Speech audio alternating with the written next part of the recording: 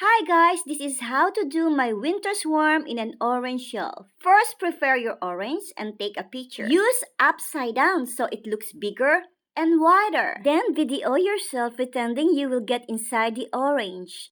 It's raining outside, so you are cold and shivering. And now we are going to take them out from your gallery. Then, when everything is ready, in part 2, we are going to eat it. In this time, I have to go back to the gallery again to take out myself acting. I have to cut if the video is too long or if I don't need it. In this video, I am trying to get inside the orange, so I try to show my tiptoes and my acting outside is really cold, rainy and windy. Whenever everything is ready, we need to use overlay and place it from your first video and do the same for the second one. Use an overlay too.